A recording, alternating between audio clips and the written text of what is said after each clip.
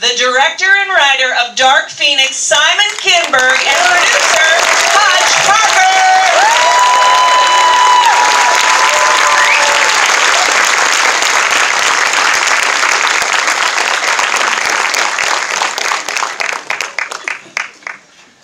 Okay, so we wanted to warm these nice people up. Okay. Before we show them what you guys have to show them, what you're going to love. And so let's jump in kind of right at the beginning of all of this, because as an X-Men fan, I've been teased before. Okay?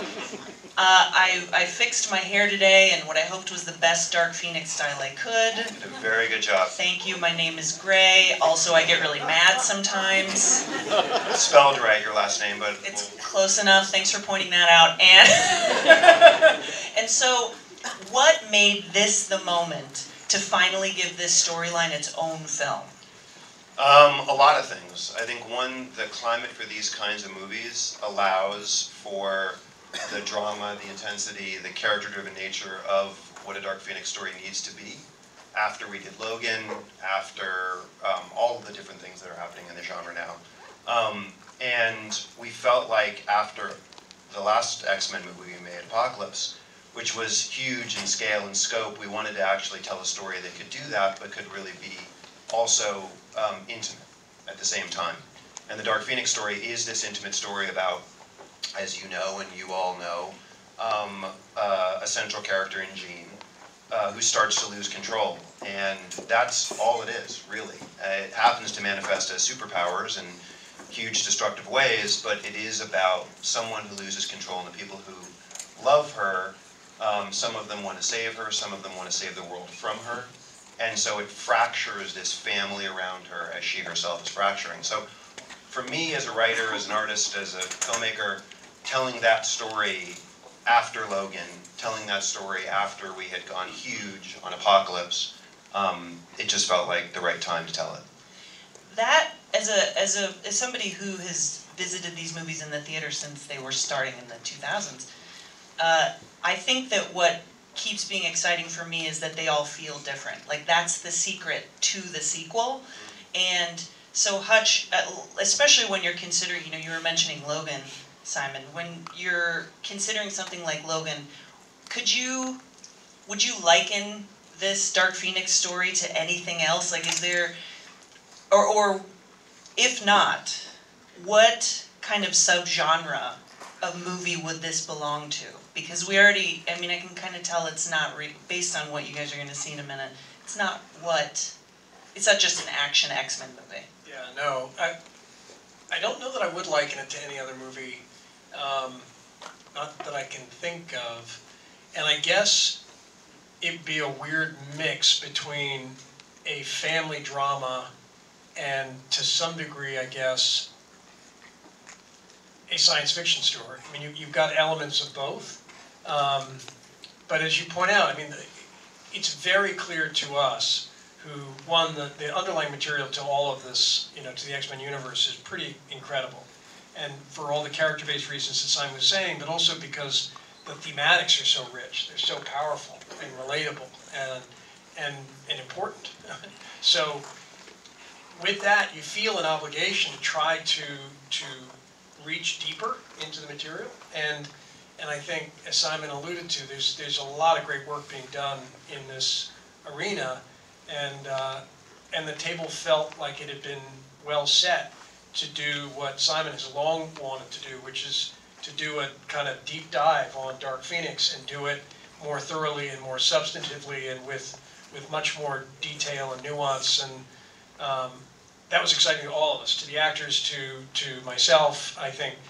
Certainly to Fox, so it came up organically, I guess, the best way to describe it. When I think about what we've seen of this so far, which is way too little, by the way, guys, just a note. We don't disagree. I always go back to Logan because it's so personal, because, my husband was crying. Do not tell him that I told you that. But it's such an emotional story. So when you were working with the studio, did doing the huge Apocalypse movie pave the way for this? They were like, yeah, man, you can make this one more of a family drama. They're very trusting of us in general because we've made so many of these movies now. So they like when we zig after we've zagged on these films. And I think Logan helped pave the way, actually. And the other part of this film, and you'll see some of it in what we're going to show you, is that what Marvel Studios has done in terms of making these movies extraterrestrial, taking them into space with Guardians, with Thor Ragnarok, with the Avengers movies, allowed for us to tell the Dark Phoenix story not just in the dramatic, grounded, emotional ways that we're talking about, that Logan does, but to also go to outer space, to also have alien characters. And I think that's why when you asked Hutch what the genre is, it's tough to pinpoint what it is, because it is a combination of something like Logan that is a drama, I mean a Western, but really a drama, and something that is larger and more cosmic, for lack of a better description. It is truly science fiction. Jessica Chastain plays an alien character in the movie, and there are scenes in outer space, and you couldn't have had that in Logan. You couldn't have had an X-Jet in Logan. Nobody wears uniforms in Logan. So it is a larger canvas than something like Logan, but in its intention, it has that kind of intensity and that kind of emotionality, and I hope that it makes your husband cry. Would you like to set up what you brought for everybody today? Sure. Perfect segue. Okay. My husband crying. I don't know if this part will make your husband cry because it's early in the movie. You guys are the first to see actual continuous footage from this film. We're going to show you about, I think, 13, 14 minutes.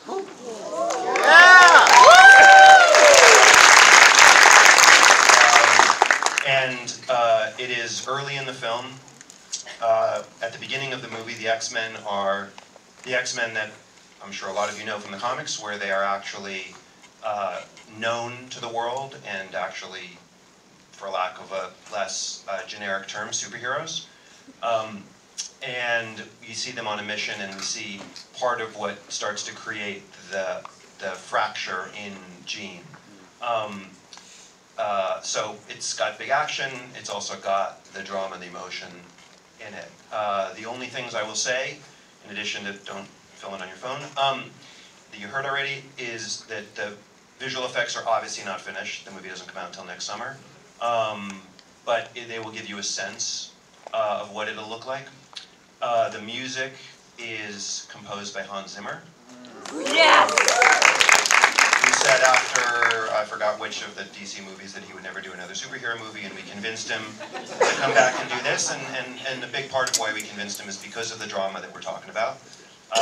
But even that music is not finished, and it isn't recorded the way that it'll be ultimately recorded. So just know that you're seeing a movie in process, but you are seeing a big chunk of that movie in process. And I hope you dig it.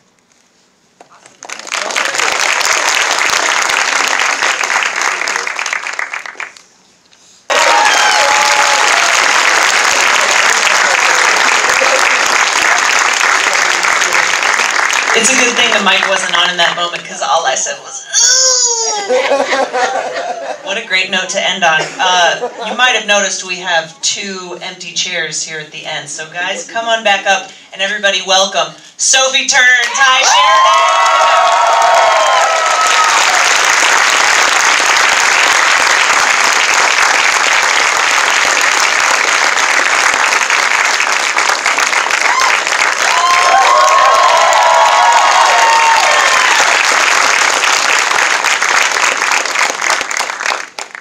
Sophie, official blanket apology, just in case I accidentally ever go, hey, Jean. Yeah, that's okay. Yeah. But at what point were you told that this is going to be Dark Phoenix, therefore centering on your character, finally? The finally was from the fans. I was speaking for us. I was told about 6 months before we started shooting the movie. Simon kind of took me to lunch and sat me down and told me what the movie was going to be, that it was going to be Dark Phoenix, what that meant for preparation. And luckily he gave me enough time to prepare. But it was a big undertaking and a lot of pressure, but also such an honor because I know that the fans are so in love with this storyline, and I really think that we did it justice. Let's bookmark the preparation that you did. Don't let me forget about going back to that. But tie down there at the end, when we're telling a story about Jean, we're also telling a story about you as well, you know, about Scott. And I'm just going to keep saying you, because you guys are these people. So when you first read the script, you know, I know there's not a lot that you can necessarily reveal, but where was the emotion for you? Well, I think I was just excited that we were taking a crack at something that was a bit more grounded and a bit more human, if you will, even though we're all mutants. But it was really exciting because, as you can see, I mean, this is pretty early on in the movie, and that's kind of the central, you know, instance where things start to change when you see what just happened in space. But yeah, I think after things start to unravel throughout the film, you know, suddenly my character is encountering. He's lost the love of his life, and she's lost control of herself, and you know that's a really hard thing to grasp and swallow. And so I think it even splits the X-Men up. You know, so there's a lot of conflict in this movie between the X-Men, and I think that so you see a bit of fragility that you haven't seen in Scott in the past in some of these films, and that was really exciting for me. Hutch, can you talk about how right now might be the perfect time for us to finally have the story? Like socially, like on a larger scale? Because you kind of can't ignore that kind of thing now. Information flows so freely. Yeah, I think that's part of what makes these movies so resonant in general, specifically the X-Men movies, is because they deal so directly with alienation and prejudice and issues that certainly seem inescapable in the news these days. And it's no accident, I think, that Simon wanted to tell this story and has empowered the female characters in this story in the ways that he has, which is it's not to say politically, it's just a natural cultural instinct. And that's part of what I'll say it as a producer, is that you look for in your filmmakers are people who can see in the underlying material the possibilities to both create relatable circumstances as human beings, but also create relatable metaphors for what's happening in the culture. And this story is uniquely powerful in that regard, and I would say that the choice Simon made in terms of how he's told this story is perhaps even more so. Yeah, and I mean, that's what good sci-fi does. It reflects your real world and helps you understand more about it through a story that might be a little more palatable, perhaps. Oh, well, can't wait. And finally, you're directing. Yes. Let's talk about that. You're like, yes! Yes. It was great fun.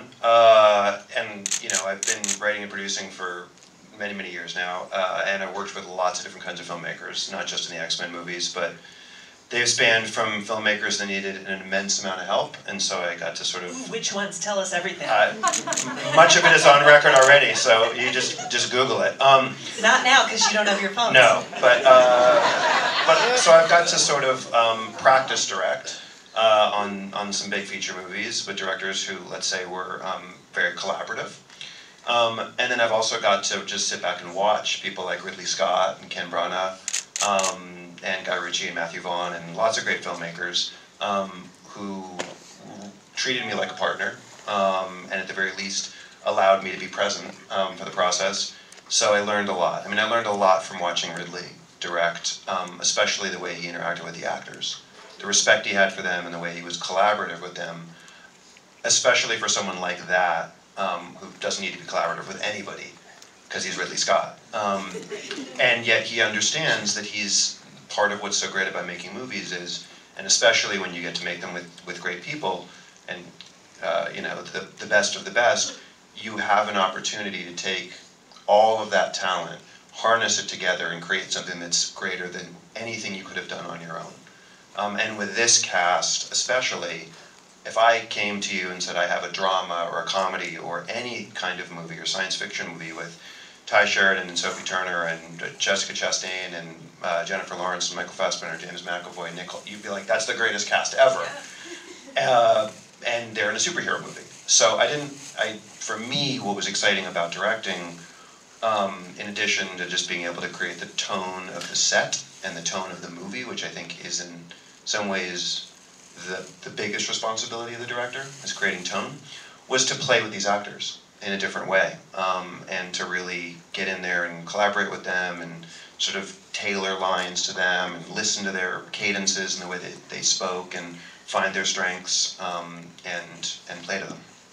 So, real talk then, having been in another X-Men movie, how was the experience different this time around with Simon as the director, kind of working with you and taking the performance apart and building it up in this particular way? Just pretend like he's not here. He's definitely much more engaged and focused all around.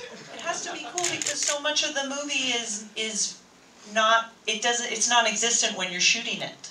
You know, it's perhaps an effect later, something like that. I'm sure it helps. Yeah, sometimes, but I think a lot of times, you know, this story is so grounded in you know, drama that that's what it's about. You know, so it's innate in the script and in the writing, and you know, I think for us it was just nice to have someone guiding us and leading us, and it's a big movie. You know, you really need somebody who can really hone in on a vision and be really specific about every little detail, because if you get one element that's not right, you know, some things start to kind of wander off kilter. And I think in this film, you know, Simon did such a great job. I know he's a first-time director, and it's crazy to me to think that, you know, he accomplished what he did in this film, and we all believed in him so much. You know, I don't think there was ever a doubt from any of the crew or the cast. You know, it was from day one. It was like, you know, we were backing this guy, and we knew he could do it. So yeah, it was overall, I think this film was much more pleasing to make. That makes sense. I think that audiences pick up on things, like if there was a day when you maybe didn't ask all the questions about the script, or you didn't see if that felt true to you, that's the kind of stuff that sitting in the seats were like, what?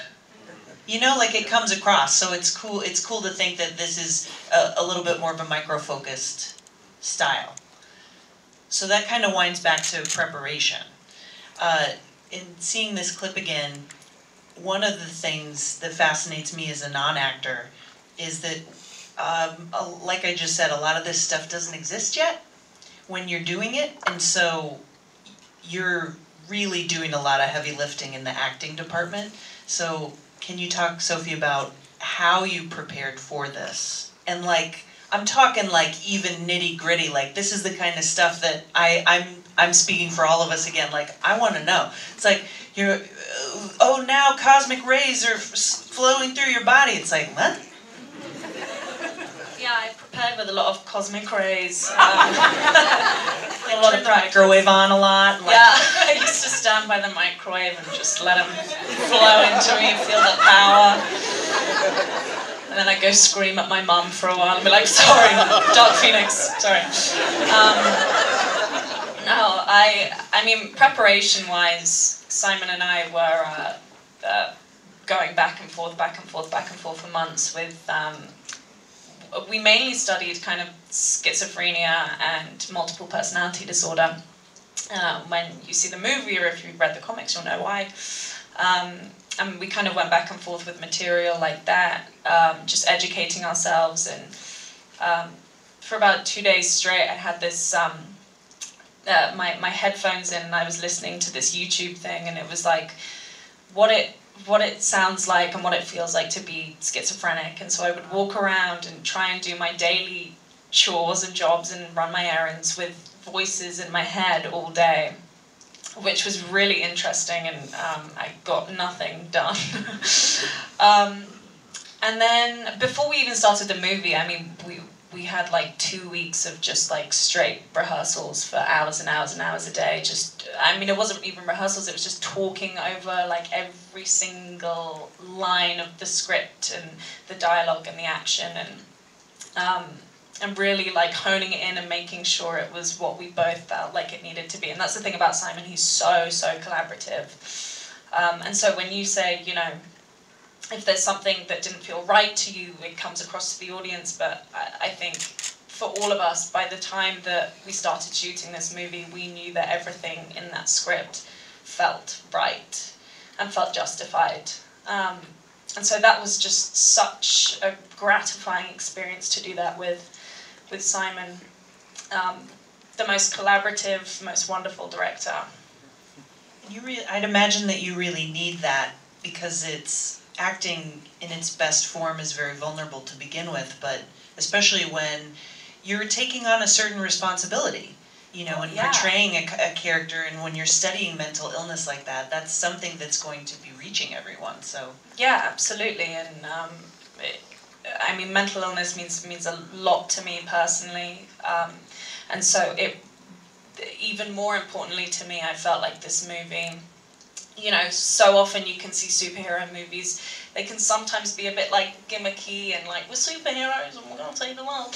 But this... That's a great impression. But this I felt like, because it does kind of relate so much to the mental illness world, that I really felt that everything had to be a very respectful version of what it is and not make it feel gimmicky, and it never does, I don't think. And that's what I love about this script, is though, even though there's that kind of escapism and you have the superhero elements, the fantastical elements, not once does it kind of make fun of it or make it lighter than it is. It's very real, and I love that about this movie. It's kind of heartbreaking, but it's beautiful.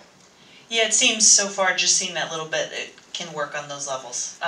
Because, you know, I just need to mention for my own edification that your eyeshadow is banging in that clip. For any of you out there that care about that kind of stuff, am I right? Yeah. Yes, we're getting a lot of applause for the makeup in this. And going back to rehearsal, Simon, is there a member of the cast maybe that couldn't be with us here today that you find is like especially collaborative and kind of excited in those early stages to talk through stuff? I mean, they were all really excited, because on movies at this scale, for whatever reason, it should be the opposite. But on these big movies, you get the least rehearsal time. On an independent movie, on a smaller movie, you get more rehearsal time, partly, I guess, because you have less shooting time. So you have to be more prepared going in. You don't have 3 hours in the morning to find the scene. You can't fall behind in schedule. But we had the luxury, especially Sophie and I, and Tye as well, but Sophie and I probably had the most rehearsal time together. And like she said, it was like, wasn't running the scenes and playing the scenes so much as investigating the scenes. And like, you know, taking them apart and putting them back together to make sure that they were in the right place and right order for a reason. I would say the person who I might have collaborated with in a similar way, the closest is Jessica Chastain. Jess is just a friend, and she's someone who was coming to this completely cold. She'd never been in any movie that really resembled this before. And so, as opposed to Michael Fassbender and James and Nick and Jen, who we've made, this is now the 4th movie I've made with them, Jessica had lots of questions that started on the sort of superficial science fiction level and then got deeper into the character emotional level. And then she had a lot of thoughts, and we crafted the look together, and her voicing, and even the way that we sort of approached her character, because she's many things in this movie in terms of the sort of roles her character plays, but she is in ultimately the villain of the film. And we talked about how to find a voice for a villain that was unique, and not like, you know, mustache twirly, because that's not something that Jessica would be attracted to as a great actress. And she came up with this sort of metaphor like, it's not a fun metaphor, so I warn you in advance, and this might make your husband cry too, but is of the veterinarian who has to give the news that your dog needs to be put down. And in this case, it's more than the dog that needs to be put down, from her point of view. But that kind of weird, calm, eerie, terrifying voicing was just really different and way scarier than her being shrill or being demonstrative or aggressive. And once she sort of found her way into that, it was like the character locked in. Yeah. That's the kind of voice that I get when there's been like a horrible accident and I turn into a robot all of a sudden, and I'm like, where did that come from? Ooh, that's great. That's one of the fantastic things about superhero movies these days, is just that they're fantastic actors in these movies. It's like, you're getting, like, can you talk about getting Jessica Chastain in this new film? Because, you know, having all these folks in the film, and, you know, people who couldn't be here today, like Fassbender and James McAvoy, it's like, these are legit casts. Powerhouse cast. And actually, Simon never really thought of anybody else for that role, and wrote it for her. Had no idea whether she'd really be open to it, but it was one of those moments, and as a producer it makes you nervous, because if it doesn't pan out, it's inevitably a much more disappointing moment. Yeah, that's like naming your movie Being John Malkovich, and you haven't asked Malkovich yet. Yeah, exactly right. So, but he did a really great job on the script, as everybody said, and knew the movie and the ambition of the movie so well. I think was able to communicate all of that to Jessica in the language that made sense to her. So not that she was necessarily opposed to these movies, but I think the threshold she maintains for what it is she's interested in as an actress is extraordinarily high. And I'd say that's true of all the cast, but Jessica is, I believe, you know, if not, you know, in the top 3 actresses working today, maybe high. I mean, she's just an extraordinary actress. So the bar was high, and it required Simon, you know, kind of show the goods as a first timer. That's challenging, but he did. Yeah, I look at these casts and I'm like, you know, to grab you guys again, and to grab somebody, you know, all these other cast members, these movies have to be intriguing on a different level. So we've reached just about the end of our time today, and before we go, I would like for each of you to choose an X-Men that you would like to be, that is not you. Okay, so who have you always related to, or whose power is awesome?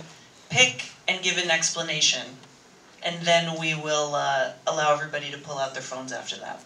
Do you want me to go first so you have time to think through? Sure, it's an easy one for me. Magneto. Nice. 1, he was my favorite character growing up.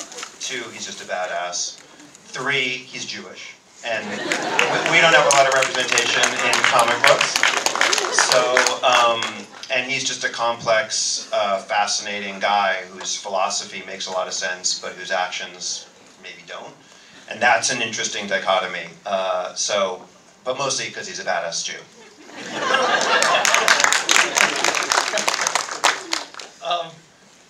I go back and forth, but I think in this moment I'm gonna recommit to Wolverine, because I mean, and part of it I'm going to confess is because of how long longer relationship now I've had with that character, but it's also because I love the mix of humanity and rage that coexists, and the struggle that he undergoes in trying to work that through, to me, is incredibly compelling on a whole bunch of different levels. And the fact that in the end he can kick your ass, I really like too. So the combo is probably gonna lock me in there. We bought you as much time as we can. It still wasn't enough. I also like to think I'm just as ripped as Wolverine, but I don't know. This is something that you, Hutch, said earlier in another interview, which I thought was really interesting. Kind of going back and forth between Professor X and Magneto, in the way that they're kind of a bit like MLK and Malcolm X. I feel like I kind of go back and forth between them, striving to do the right thing, but doing it in vastly different ways and can't quite decide, and feel like I'm either one or the other. So I don't really know. Maybe I'm just like Jean, actually. I'm probably just a bit unhinged. And to also point out, Wolverine could not handle close proximity to a microwave. The adamantium, I'm pretty sure. Like, pretty positive. Okay, Tye, wrap it up for us. I'll do it quickly. Jean Grey. Oh! She's just got it going on.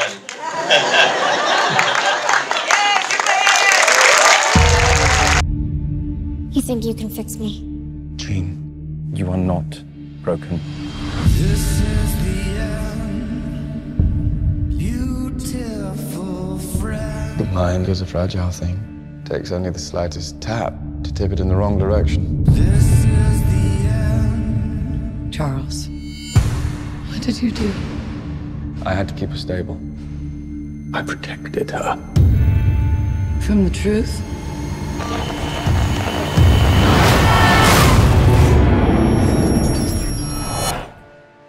There's another word for that. I came looking for answers. You feel like you don't belong here. You don't.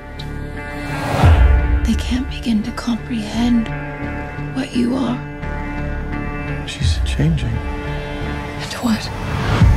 You didn't come here looking for answers. You came here looking for permission. Jean. She's all rage,